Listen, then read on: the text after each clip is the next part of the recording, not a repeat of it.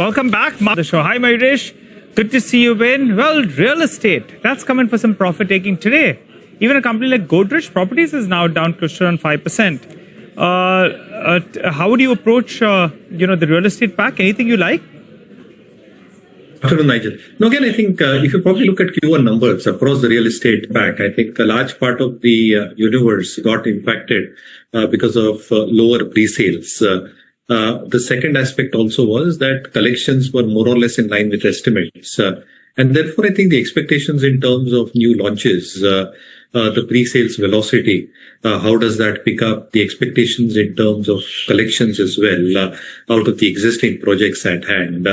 And at the same time, I think what is the overall perspective that one probably looks at in terms of key areas. For Godrej Properties in particular, I think last quarter's numbers, more or less in line with estimates. The collections probably came down around 20% year on year. 89-90% of their contribution came in from projects in NCR, MMR, and Bangalore as a region. And therefore, I think new launches in each of these operating markets with expectations of realization, growth, and collection efficiencies, the gross development value itself expected to be reasonable in the coming. Watch out for Q2 numbers as we see it at the management level. Mayuresh, Minda Corp, bold ambition for 2030. Had a look at it? Yes. And again, I think FY30, I think the targets are very, very optimistic. Obviously, I think the expectations that they have put out in terms of the overall sales growth with margin expansion, debt reduction, the capex plan that they've probably put in place makes the street believe that the kind of numbers can be achievable. So, Reba, if you probably look at the auto space in general, I think the underlying thesis has been a large part of this auto universe is making its new products EV agnostic. So whether it's plastic products, whether it's mechatronics, whether it's the control systems, the sensors as well. And therefore, I think the content per vehicle is expected to grow significantly higher.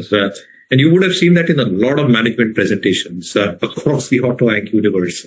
Four-wheelers content per car expected to go as high as 70-75 or 1,000.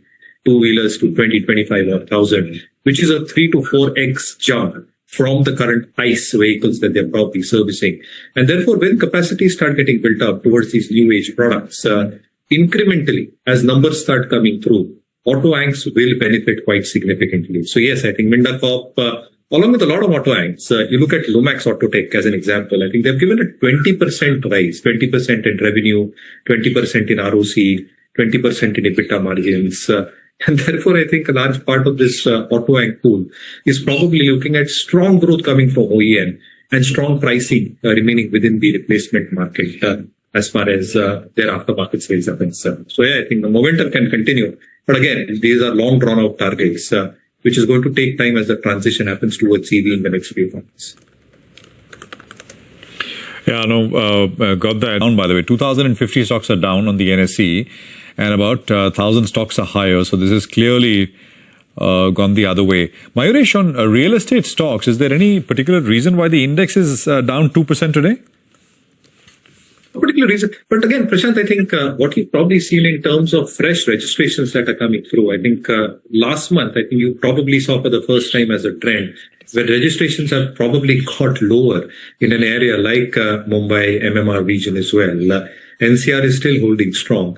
But I think in a falling interest rate scenario, as we are ending that 6-year cycle, we are probably in the 5th year as we speak. It's a surprising data point because I think the stronger real estate sales that we saw for the better part of last so many quarters seem to be plateauing out, at least from last month's data. So this is a trend. Which is something that the street probably fears, which probably might plateau out as we speak, in spite of a falling interest rate scenario. There is some element of concern in terms of, as I said, the new sales launches, the new launches that are happening in terms of the new sales velocity, collections, margins, and therefore the overall earnings growth. We still have Mayuresh Joshi as well as Srikanth. Thank you, gentlemen, for staying on with us. Well, Mayuresh, let me come across to you. Do you track this particular company, Policy Bazaar, especially how do you feel this particular move, if it fructifies, will impact the insurance companies and especially PB Fintech? Afternoon, Vivek. Again, I think that entire fortunes are dependent on how the insurance market itself grows. And therefore, I think when there is a lot of circumspect areas that probably still are existing in terms of how premiums might actually grow. What is the impact in terms of the cost structure itself? Because all these companies, specifically the life insurance companies, are running at elevated cost except SBI Life, which is in high single digits. So I think if you account for marketing store commission costs, they account almost 21% odd.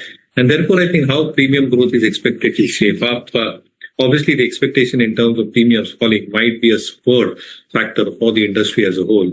But does that really compensate in terms of higher costs that these companies have to probably go through? And ultimately, I think if there are lower commissions that probably get passed through, I think that is going to impact forward-looking numbers as well. So I think we have a neutral view of the sector, not just the life insurers, but the non-life as well. And again, ancillary players like PB Fintech as well, which might, again, get impacted depending on the fortunes of how the entire sector might probably be.